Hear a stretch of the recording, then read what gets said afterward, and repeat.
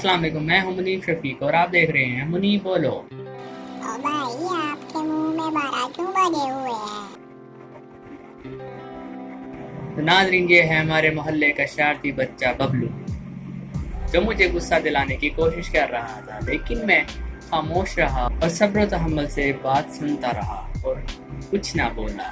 तो नाज़रीन, हमें रोज़मर्रा की ज़िंदगी में बहुत सारे चैलेंजेस होते हैं और मुश्किलात होती हैं, जिसकी वजह से हमें गुस्सा भी आ सकता है। तो उस गुस्से की हालत में हम कोई उल्टी सीधी हरकत भी कर सकते हैं और उल्टी सीधी हरकत करने के बाद हमें बाद में मुआवजा भी भुगतना पड़ सकता है। लेकिन अगर हम चंद टिप्स पर अमल करें तो हम इस गुस्से जैसी बला से बच सकते हैं। तो जी हाँ नाज़रीन, मेरे आज के वीडियो का टॉपिक है एंगर मैनेजमेंट, यानी कि गुस्से का इंतज़ाम। नाज़रीन, गुस्सा चढ़ जाने की बहुत सारी वजूहात हो सकती है। वो कोई शख्स भी हो सकता है या कोई ऐसी चीज़ जो हमें बहुत ज़्यादा तंग करती हो। लेकिन अगर हम कुछ टिप्स को फॉलो करें तो हम इस गुस्से जैसी बला से बच सकते हैं और अपने आप को कूल एंड काम रख सकते हैं। तो नाज़रीन, गुस्से को ठंडा रखने की जो टिप्स हैं वो मैं आपसे शेयर करूंगा। तो पहली टिप है, तो नाज़रीन, हम किसी भी ऐसी हालत में हों जहां पर हम बहुत ज़्यादा गुस्से की हालत में आ गए हैं, तो हमें वहां पे खामोश रहना है, क्योंकि खामोश रहने से हम जल्दी पर तेल छिड़कने से बच जाएंगे और मज़ीद इस वाक़या को तूल देने से भी बच जाएंगे और इस गुस्से वाली कैफियत से भी हम बच सकते हैं। और दूसरी टिप है कि आपने गहरी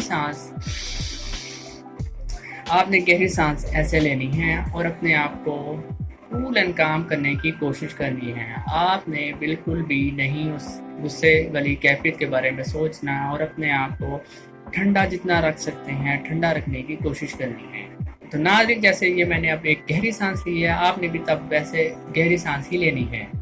तो तीसरी टिप ये है कि अगर आप खड़े हैं और गुस्से वाली हालत में हैं तो आप बैठ जाएं। तो इससे आप गुस्से वाली कैफियत से नॉर्मल कंडीशन की तरफ जाएंगे और आप रिलैक्स होने की कोशिश करेंगे।